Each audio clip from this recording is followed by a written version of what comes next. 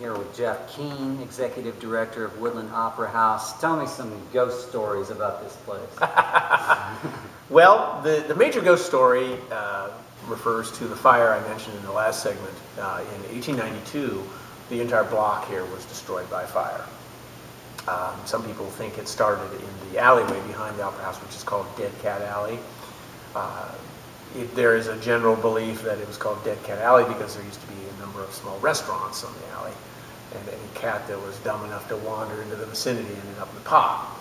Now, I don't know that for sure, but it's a nice story. At any rate, there was a fire that started somehow, mysteriously. And in the course of fighting the fire, a Woodland firefighter named W.W. Porter was killed in action. The back wall of the theater at that time collapsed upon him. He's the only fireman to die in the line of duty in Woodland. So some people think he's hanging around. But we get requests from paranormal investigators constantly. I have a repeat group that's coming here to do training for they've done several investigations here. In fact, I even let them stay overnight occasionally because they're a trustworthy group. But they are going to do a training session for new paranormal investigators here at the Opera House. They specifically wanted to do it here. So I said, sure, why not? It's a state park, what the heck.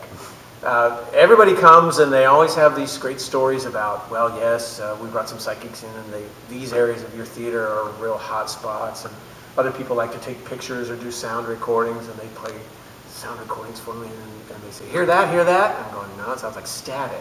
No, you hear that voice in there? They're all excited about it. Personally, I have been here many years, late at night, by myself, working, doing whatever. I don't have any particular ghost stories, but I do have one thing that continually bothers me, which I cannot explain, is that my soundboard, which, I've got a mixer and an equalizer, a couple of amps and microphones and everything. The controls on my soundboard are constantly being played with. Now, who knows? It could be any number of explanations, but there have been some strange, you would have to know what you were doing to get into the back of the board, unplug certain jacks, plug them into somewhere else. It's very bizarre. Maybe someone's playing a trick on you. Somebody may be playing a trick on me, a long, like a 12 or 15-year prank. Yeah. But this has been a continual thing throughout the years that we will... The knobs change? Yeah, we will change. We will end up a weekend show on Sunday.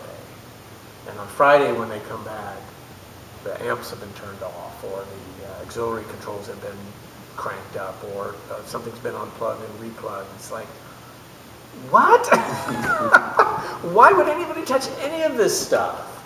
So it has been an ongoing thing. One or two incidences, yes, but if it is a supernatural kind of event, they don't like my sound system. What have the paranormal people told you about that? They have no explanation to that, except that we have an angry spirit here who likes to mess with me. So they almost said something else. Do they believe it? Do the investigators believe it? Oh yeah. They hang on every word when I describe my woes with the soundboard. I've just gotten in the habit now. Every time there's a break in a show, a couple of days when we come back, I always do a thorough sound check just to see what's different. And it doesn't always happen, but it's happened often enough to just make me go, what? Yeah. So has the local press written about this? Yes, we have had several articles about either the investigators coming in or just the haunted opera house, and it always happens in October when they're looking for good ghost coincidence. Stories. Yeah, coincidence. And I'll probably get a couple more requests this month. Okay. Do you have Halloween parties here ever? No, we don't. This would be a great place for a haunted house. It would be wonderful, and we could do all kinds of special effects. But you know what? Haunted houses, you can't even get insurance for them anymore. Oh, okay. The world has changed, Alex. Yeah. When we were growing up, every Rotary Club in every little town did a haunted house to raise money. Yeah. Nobody can do that anymore. Too many accidents, too many people who accidentally hung themselves in a haunted house. Yeah. Or got eaten up by a spider. Yeah, or just whatever. We can't, everything has to be so safe anymore. Yeah. So I don't, and it would be a lot of work for a brief kind of thing. But this would be a fine haunted house, you're right. So among the, I hear a rattling sound. What do you think that could be? Well, it could be the old building creaking. It could be somebody upstairs looking at the balcony. It could be rats in the ceiling, although we don't generally have a lot of problem with rodents here. Could be almost anything. Okay. In fact, when they're doing the training at the end of this month, I'm halfway tempted to put some people up in the attic and have a few noises just to give them something to play with. But what do you think the locals think about the ghost story? Do they believe it? Well, the Opera House is, even when it was closed, it was closed and boarded up from 1913 to 1970. And there's a whole generation of people in Woodland who grew up knowing about the haunted Opera House. And even a few of them were brave enough to sneak in here, break in somehow, get in, scare themselves. So everybody, it's been rumored to be a haunted Opera House for decades, which is one of those things. It's part of its identity. It's part of the identity of the whole fabric of the Opera House and its connection with Woodland. So I'm by no means, I'm not a big believer, having never had any direct experiences myself other than my sound equipment, but I certainly don't discourage it. Kind of a fun story because, you know, it adds something to the place besides what is already happening that people can physically experience. Well, you know, theater people are very superstitious anyway. Sure. And just about every old theater in the country has some kind of ghost story or another. And if they didn't have one, they'd make one up. Because actors love that kind of stuff. Right. And it explains all of it, when their props are missing or their costume goes off somewhere. Sure. They just blame it on the ghost. And in fact, you know, in most theaters, they have a light that they leave on all the time called the ghost light. That scares away the ghosts. Well, there was a very practical application to it. In most of the older theaters, there was an orchestra pit, a very deep orchestra pit on the front of the stage where the orchestra would be. And if you let the stage in complete darkness, it was easy to wander off the edge and fall in the orchestra pit. So they put a ghost light up, but they also put it up in tradition to appease the ghost to make sure they don't get mad at you and move your props or steal your costumes or whatever ghosts do to unwary actors. Right. About what percentage of the plays you have here are written by ghost writers? Oh! Ooh.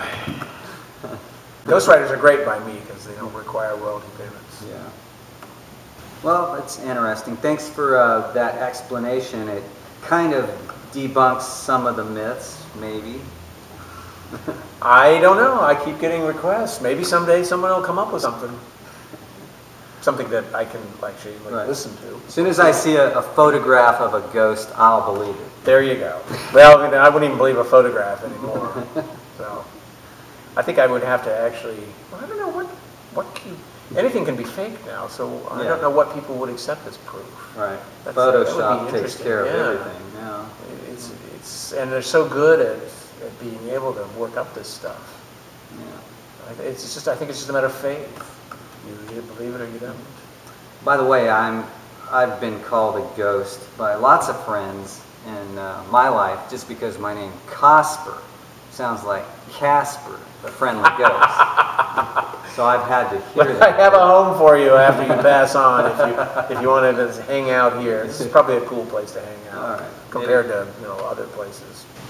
Well, thanks for the suggestion. Okay. It's an open invitation.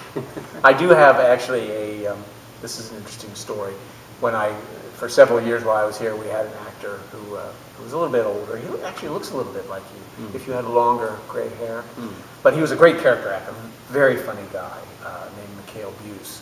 And he came to me one day and he said, when I die, I want my ashes to be here. Would you mind that? He said, this is where I feel at home. And I said, sure, why not? It won't take much space. So he passed on a couple years ago, and sure enough, the family loved the idea. And so he was cremated, and they brought me the urn, and it's in my office now with a couple of pictures from him from shows. And occasionally, some of his friends will borrow him and put him in a show as a prop, just a set decoration kind of thing. And that's the kind of thing that he would have loved. So, and they give him credit in the program, appearing. So in that sense, his ghost lives on. Yeah, I don't think he's haunting me. He wouldn't mess with my soundboard. Mikhail's a good guy, but but he's here. Well, Jeff, thanks for the ghost story, and it goes right along with Halloween.